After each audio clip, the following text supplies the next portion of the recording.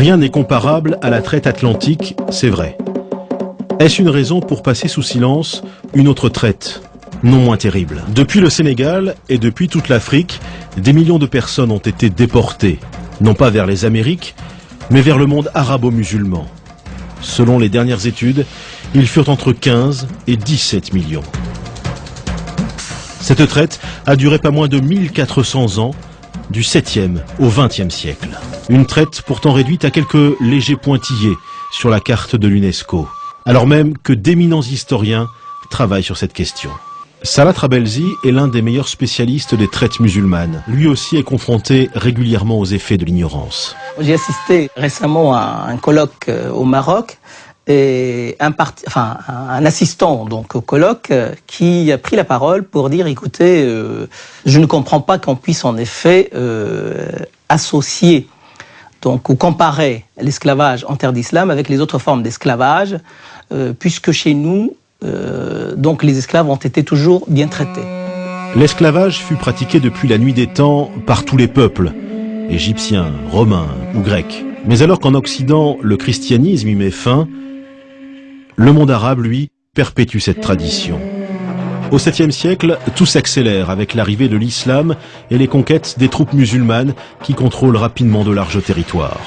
On sait que justement, dès le début de l'islam, la crise ou la pénurie de main-d'œuvre était criante et que là aussi, la conquête donc avait aussi comme motif, parmi les motifs de la conquête, il y avait aussi ce besoin de capturer des hommes et d'en faire des esclaves, d'en faire justement une main-d'œuvre donc susceptible d'être engagée dans les différents chantiers donc qui allaient être mis en place. À partir du 7e siècle, dans l'ensemble du monde musulman, les esclaves sont très vite omniprésents. Leur place est même plus importante qu'on ne l'a longtemps pensé, loin des clichés sur les courtisanes ou les serviteurs des sultans. La recherche aujourd'hui montre que les effectifs d'esclaves étaient plus importants et qu'ils existaient non seulement dans les demeures bourgeoises, mais qu'ils existaient aussi dans les campagnes, et qu'ils étaient employés non seulement en tant que travailleurs domestiques, mais aussi en tant que travailleurs productifs, sans parler de l'armée, etc. Il y a parallèlement à cela une réalité terrible qui est celle des esclaves qui travaillaient dans les mines, des esclaves qui travaillaient dans les chantiers hydrauliques, des esclaves qui travaillaient dans les mines de sel. Avec le développement de l'empire arabo-musulman, la traite s'organise. Comme la traite atlantique, elle est affaire de professionnels. De puissants trusts régissent ce commerce, comme ceux du Caire. Dès le Moyen-Âge et jusqu'au 19e siècle, il existe même un syndicat des négriers qui négocie des commandes publiques avec l'État. Dans un monde musulman où toute la vie est régie par la religion, l'esclavage bien sûr n'y échappe pas. Le Coran recommande, certes, de n'être pas trop dur avec les esclaves, mais il autorise cette pratique. L'esclavage n'est pas justifié du fait de la religion, mais la religion légifère sur l'esclavage. L'essentiel, c'est que c'est une société inégalitaire dans les faits, et cette inégalité est reprise dans les textes et légitimée par les textes, puisque le Coran parle en plusieurs termes des esclaves sans jamais remettre en question leur statut. Et le contraire eût été étonnant, parce qu'à l'époque, il était, dans le paradigme de l'époque, il est impossible de penser ces sociétés sans esclavage. En principe, l'islam n'autorise à réduire en esclavage que les non-musulmans. C'est ainsi qu'au cours des siècles, des centaines de milliers d'Européens, probablement 1 million, sont capturés. Mais l'Occident se défend. Comme les esclaves blancs se font rares, les musulmans se tournent de plus en plus vers l'Afrique. En Afrique, de nombreux noirs sont musulmans. Or, on l'a vu, l'islam interdit de réduire en esclavage d'autres musulmans. Cette contradiction va être aisément surmontée. À mesure que le continent noir devient le principal réservoir d'esclaves, se développe un racisme qui justifie l'esclavage. Comme dans la traite atlantique en somme. Il faut dire que bien avant que les chercheurs européens de l'anthropologie physique n'élaborent au XIXe siècle les théories raciales et fantaisistes que l'on sait, dans le monde arabe, on avait déjà figé dans le temps et de manière presque irréversible l'infériorité de l'homme nègre. Et cela par des érudits qui étaient respectés et très écoutés comme Ibn Khaldoun. Ibn Khaldoun, grand lettré du XIVe siècle, qui pourtant écrit « Les seuls peuples à accepter l'esclavage sont les nègres », en raison d'un stade inférieur d'humanité, leur place étant plus proche du stade animal.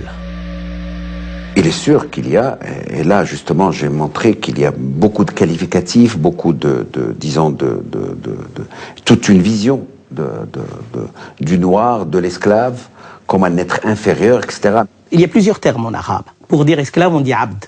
On va dire ghulam, zinji, on va dire aswad. Alors ce qui est intéressant, c'est que le terme de aswad veut dire noir.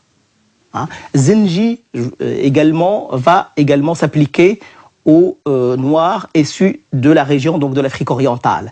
Donc on va progressivement assister à ce que la connotation régionale ou ethnique devienne l'équivalent d'esclave. Hein? Et encore aujourd'hui, dans les sociétés maghrébines, à titre d'exemple, dans le sud de la Tunisie, plutôt que de dire noir, on dit un esclave, on dit abd. Au nom de ces théories, l'Afrique connaît 14 siècles de chasse à l'esclave. Des attaques menées par des soldats dans le cadre de guerre ou par des bandes armées aux ordres de marchands.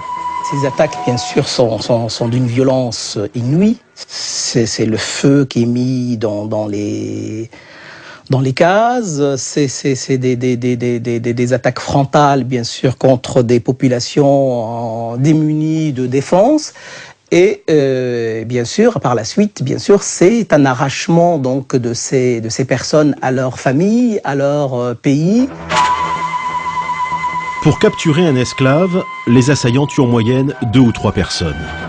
Et dans les villages, il y a une marchandise que l'on recherche particulièrement. En tant que marchandise, bien sûr, l'enfant donc est plus à même d'être réadapté, d'être acculturé, d'être maîtrisé. Hein, alors qu'un adulte, il aurait tendance à ne pas accepter sa servitude. Pendant plus de 1400 ans, la traite suit quasiment les mêmes chemins. Si la route de l'Atlantique a laissé des traces dans l'histoire, le Sahara, lui, a effacé celle des esclaves. 7 millions de personnes y auraient transité sous la conduite de négriers appelés des galabes, des bouviers. On ne distingue pas les esclaves des troupeaux d'animaux. Seuls ceux qui étaient en très bonne santé donc, pouvaient arriver donc, au terme de la caravane. 20 à 30% des captifs succombent. Une mortalité qui approche celle de la traite atlantique. Les survivants arrivent vers les marchés aux esclaves du Caire, de Bagdad, d'Istanbul, de la Mecque ou de Tombouctou. Là, une partie d'entre eux subit une terrible opération, la castration. Ce qui est triste à dire, c'est que les ateliers de castration, c'est que la nature de l'opération elle-même est une opération qui, malheureusement, donc, laisse très peu de chance pour l'enfant châtré. Donc, l'espoir de survie de l'enfant sont quand même assez minimes. Les opérations de castration faisaient périr entre 70 et 80%. Ça vous donne une idée du massacre. Ce qui explique le prix très élevé également de l'eunuque sur les marchés.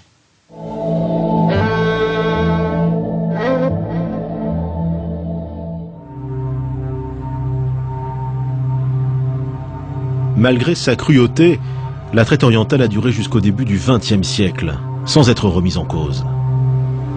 On passe alors des dessins à la photographie. En 1880, des voyageurs anglais découvrent et photographient ces bateaux chargés d'esclaves.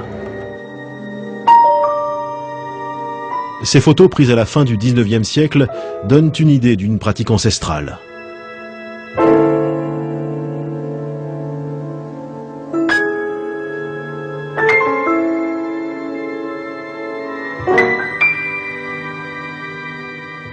Ce cliché, tout aussi exceptionnel, montre des esclaves au travail, dans une plantation de clous de girofle. En 1830, 100 000 esclaves travaillent dans les plantations de Zanzibar. Historien de renommée mondiale, Ibrahima Thioub est l'un des rares Africains à travailler sur la dimension africaine de l'esclavage. L'un des rares a pointé la responsabilité d'Africains dans les deux traites, orientale et atlantique. Est-ce à dire que les esclaves tombaient du ciel? Il a bien fallu les produire. Il n'y a aucune puissance qui a les ressources ni politiques, ni économiques, ni technologiques pour venir sur les côtes africaines, pénétrer à l'intérieur du continent et qui arrive, qui ramasse les gens dans les villages et les amène pour les exporter. C'est parce que des groupes sociaux africains, des élites africaines ont très bien compris l'avantage qu'ils pouvaient tirer de ce facteur externe qui arrive sur les côtes africaines et servir de relais pour la capture des esclaves, organiser une économie assez efficace qui ne pose aucun problème moral à personne à cette époque. C'est à nous, aujourd'hui, que ça pose des problèmes moraux. L'existence de ces intermédiaires témoigne d'une autre réalité, plus taboue encore, occultée par cette histoire en noir et blanc. Ce secret bien gardé, c'est que la traite était une pratique répandue au sein même des sociétés africaines, bien avant l'arrivée des Occidentaux et des Arabes, et bien après leur départ. Des millions d'Africains ont été réduits en esclavage par d'autres Africains. 14 millions, selon l'historien anglais Patrick Manning. La traite atlantique des esclaves a développé une violence sans précédent dans les sociétés africaines à partir du XVe siècle. Des royaumes prospèrent uniquement autour de l'esclavage, se faisant des guerres perpétuelles pour s'approvisionner en bétail humain. Chez les élites africaines elles-mêmes, dont beaucoup sont musulmanes, le sentiment d'une solidarité avec le monde arabe l'emporte sur l'exigence d'un travail de mémoire.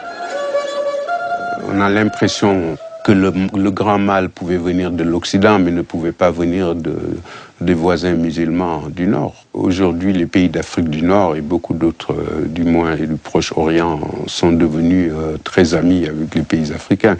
Alors tout ce beau monde s'arrange sur le dos de l'Occident, mais on a décidé de ne pas rouvrir cette page douloureuse. Il existe toutefois des historiens ou des intellectuels courageux qui ont décidé de regarder l'histoire en face, parfois contre leur propre société. Le professeur Tube est de cela. Un événement l'a marqué, une conférence en 2001 pendant laquelle il a osé sortir des discours convenus et parler de toutes les traites. Quelle a été la réaction de l'auditoire? Dans l'auditoire, il y avait des Européens, il y avait des Africains. J'ai fait exprès de ne pas dire des Blancs et des Noirs. J'aurais pu le dire. Pour moi, les problèmes que je posais étaient des problèmes inodores, incolores et sans saveur, que c'était des banalités et que personne ne s'occuperait de ma communication. La réaction de la salle, en tout cas du côté des Africains, a été d'une violence à laquelle je ne m'attendais pas du tout. Je ne savais pas que c'était aussi chaud et aussi violent. Le sujet que j'abordais, c'était d'une sensibilité, d'une telle sensibilité. Franchement, je n'en étais pas conscient. Mais j'ai senti que dans la salle, il y en a qui se sont levés pour dire que ce que vous racontez, c'est des histoires, vous allez trop vite. Mais je n'ai entendu aucune critique réelle de ma communication, une critique scientifique. Mais ce qui me l'explique, c'est ceci. C'est que quand j'ai terminé mon exposé à Bamako, qu'il y a eu cette réaction violente, mais peu scientifique, mais plutôt réaction épidermique à ma communication, quand je suis sorti de la salle, des Africains sont venus me voir. Ils n'étaient pas très nombreux, mais quand même c'est assez représentatif de quelque chose pour me dire, vous savez, ce que vous dites là, c'est vrai, vous avez raison, qu'on doit explorer cet aspect des choses, mais il ne faut pas le dire devant les Blancs. Et les Européens sont venus me voir, en aparté toujours, pour me dire félicitations, monsieur. Je pense exactement la même chose que vous. Vous êtes très courageux de le dire, mais je n'ose pas le dire parce qu'on va m'accuser de raciste. Après avoir écouté ces deux positions que je comprends très bien, je me suis dit, mais où sont les historiens? Il est grand temps de prendre le taureau par les cornes. Ibrahima Tube raconte sans doute une histoire trop complexe pour une époque qui a besoin de vérités simples.